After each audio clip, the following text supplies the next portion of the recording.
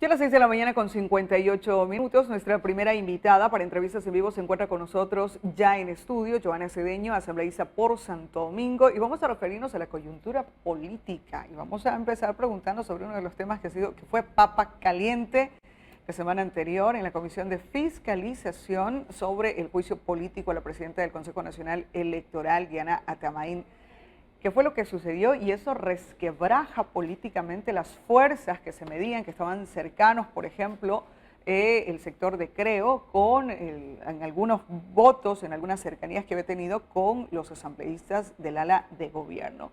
¿Qué pasó durante y después de esta votación que sorprendió a más de uno? Señora asambleísta, buenos días. Muy buenos días, Marianela, un saludo cordial. Desde que asumimos la presidencia de la Comisión de Fiscalización hemos tenido más de 95 sesiones, ha sido un trabajo bastante arduo, pero creo que ese trabajo se ha visto también a través de los medios nacionales. En esta ocasión tuvimos un juicio político que fue presentado por la bancada de Creo y que obviamente buscaba tener el acuerdo o los votos de los partidos que formaban parte del acuerdo de gobernabilidad. Recordemos que este acuerdo de gobernabilidad implicaba algunos compromisos en temas legislativos y también en temas de fiscalización, sin colocar nombre y apellido de los procesos de fiscalización, sino de manera general. Dentro de este acuerdo legislativo estaba la bancada de Alianza País y aliados, estaba la bancada de Creo, pero también estaban dos pequeñas bancadas que se denominan BIN y BADI. Estos cuatro grupos fueron los que llevaron a la presidencia a César Litardo y con quienes de alguna manera nosotros articulamos cada vez que hay votaciones importantes en el Pleno de la Asamblea Nacional. Luego de la decisión del día viernes fue una sesión rápida a partir de las 8 de la mañana, puesto que todo el proceso se había venido dando con normalidad, donde todos los asambleístas exponían sus argumentos. Había claridad en la votación que iba a tener el Partido Social Cristiano, que por otro lado estaba en contra o en defensa, digamos, de Diana Atamaín y en contra del juicio político. La posición era clara también de los Revolución Ciudadana, que también estaban defendiendo a la presidenta del Consejo Nacional Electoral, pero digamos que el resto de los compañeros no tenían una posición sumamente clara, a excepción también de Pachacutic, que obviamente es el partido político que ha venido apoyando a Diana Atamaín porque ella es indígena y representa a este grupo. Pero dentro de Pachacuti, por ejemplo, y algunos partidos cercanos están dentro del BIN. Así es, el BIN, digamos, tuvo una posición política unos días antes y además dentro de la Comisión de Fiscalización está Ángel Gende, que además es asambleísta de Santo Domingo, con quien hacemos un muy buen trabajo en la comisión, y está el asambleísta Jimmy Candel, que también forma parte del BIN. Entonces, estos dos votos, que también eran parte del acuerdo legislativo, prácticamente asumieron una posición diferente. Eso sabían desde antes. Sabíamos antes de la votación, pero de alguna manera también marca lo que pasó después, puesto que el acuerdo legislativo no solamente, como digo, se conformaba en este caso con las fuerzas de Alianza País y Creo, sino también con estos dos grupos pequeños. Luego, quien representa el BIN en la comisión es el vicepresidente de la comisión, el asambleísta Eliseo Azuero, y ellos también votaron por la abstención. Entonces, en realidad, el acuerdo legislativo no lo rompe Alianza País, sino básicamente se rompe cuando se ve que todos los votos que aspiraba, creo, tener dentro de esta coyuntura de este juicio político prácticamente se desvanecen y solo quedan los 4 votos de Alianza País, que finalmente terminan dándole 6 votos a este proceso, y como se necesitaban 7, entonces básicamente no fue lo que pasó. No fue lo que sucedió y al minuto se tomó esta decisión. ¿Qué fue lo que pasó con un par de compañeros, bueno, sobre todo una que no asistió y que se decía a través de los medios que habría estado en el edificio y con ese hubiese sido un voto suficiente y es parte de la bancada que representa el gobierno? Bueno, Karina Arteaga no asistió a la comisión, ella había anunciado que tenía un problema familiar. Y es más, no estuvo en las últimas sesiones de la comisión y ahí yo puedo certificar o pedir que se certifique por secretaría. De lo que yo conozco, ella no iba a asistir a la sesión. Nosotros el día anterior tuvimos una conversación con el presidente de la Asamblea y yo le dije, Karina no está, preguntado a su equipo cercano y me dicen que ella no viene hasta el día lunes. Entiendo que había nacido una nieta y había nacido con dificultades médicas.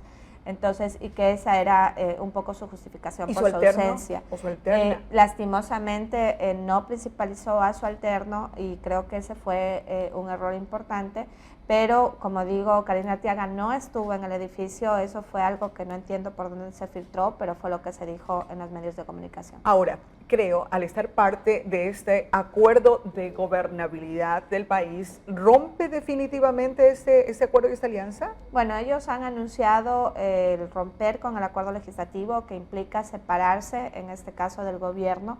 Entiendo que, bueno, hay que entender también el escenario actual.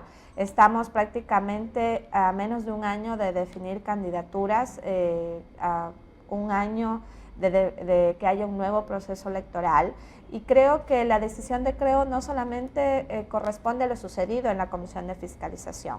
De hecho, era una amenaza constante cada vez que estábamos en un juicio político. Pasó con el juicio político contra la ministra de Salud. Si no se vota de esta manera, rompemos el acuerdo. Ha pasado en otros momentos en la Asamblea. Yo creo que el acuerdo de gobernabilidad nunca estuvo muy bien consolidado.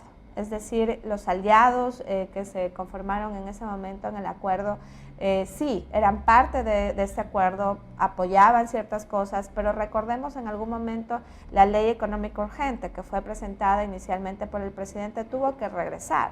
No se aprobó en la Asamblea. Si el acuerdo legislativo se hubiera mantenido firme en todo momento. En ese más que nunca de gobernabilidad. Así es. Entonces debió haberse procesado porque se supone que Creo estaba totalmente comprometido con el gobierno. Pero lo que yo veo es que el acuerdo fue débil, siempre fue débil y que siempre hubo esa amenaza latente de que por cualquier decisión política que tome o la bancada de Alianza País o la Asamblea Nacional en general o el mismo gobierno, estaba, digamos, sujeta a esa definición. ¿Qué pasará a futuro, a un futuro inmediato? ¿Cuáles son las leyes, por ejemplo, que están previsto tratarse dentro de la Asamblea Nacional y que con esta separación de este acuerdo legislativo podrían detenerse o no pasar?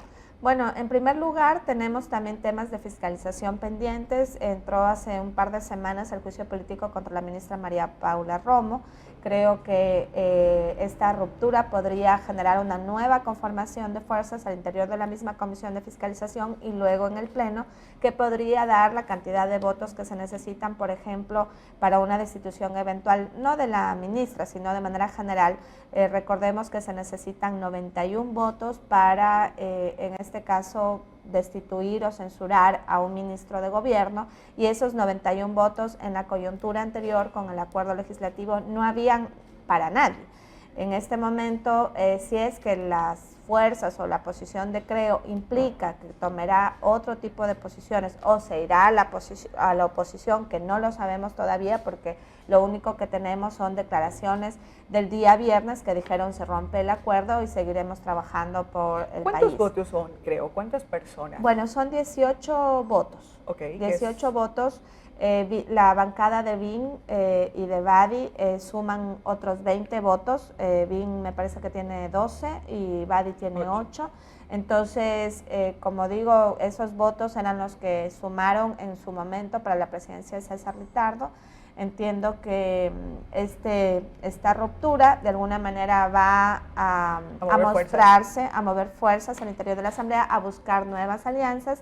Y, por ejemplo, como usted preguntaba, Marianela, las leyes que están pendientes, por ejemplo, el Código Orgánico de Salud, que es una ley que no ha logrado tener los consensos suficientes en este último periodo legislativo, cuando ya pasamos un segundo debate y que prácticamente estaba a las puertas para votar. Por ejemplo, es una de las leyes que yo creo que no va a contar con la suficiente cantidad de votos luego de que esta coyuntura se ha movido. Ahora, vamos a ver nosotros una asamblea que está con esa pugna de poderes previo a este año de conocer quiénes serán las figuras o de arranque de una campaña electoral y posiblemente se concentren en los temas de fiscalización para tratar de sacar cualquier cosa que pueda haber en el gobierno y no concentrarse en el tema de leyes, que es donde más se necesita el trabajo de la Asamblea Nacional.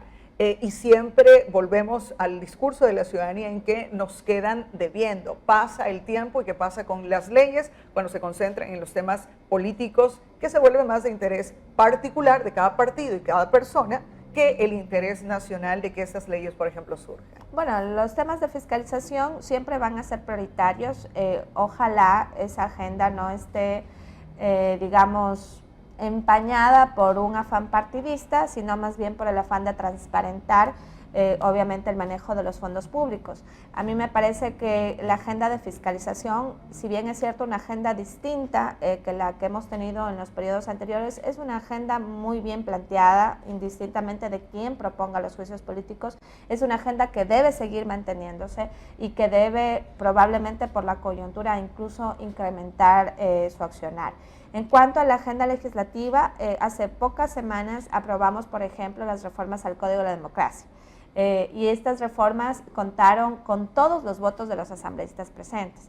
Es decir, aunque la coyuntura política se haya movido, es probable que en algunos temas que sean importantes y prioritarios para el país puedan haber los consensos que se requieren para contar con la cantidad de votos, indistintamente de si esos votos los da Creo, si esos votos los da la Revolución Ciudadana o si los da el Partido Social Cristiano. Yo creo, no soy tan negativa en pensar que la agenda legislativa se va a detener, al contrario, yo creo que va a primar mucho más el consenso en la definición de lo que contiene esa agenda legislativa y sobre todo de lo que contiene cada normativa a lo interno. Tendremos que generar más consensos para lograr que esas leyes se puedan aprobar. En todo caso, las próximas semanas serán decisorias para ver cómo se mueven las frutas en la Asamblea. Así es. Queremos agradecerles esta mañana por habernos acompañado. Muchísimas gracias y un saludo a los ciudadanos. Joana Cedeño, asambleísta por Santo Domingo, a propósito de cómo está el panorama político desde la Asamblea Nacional, en donde se tratan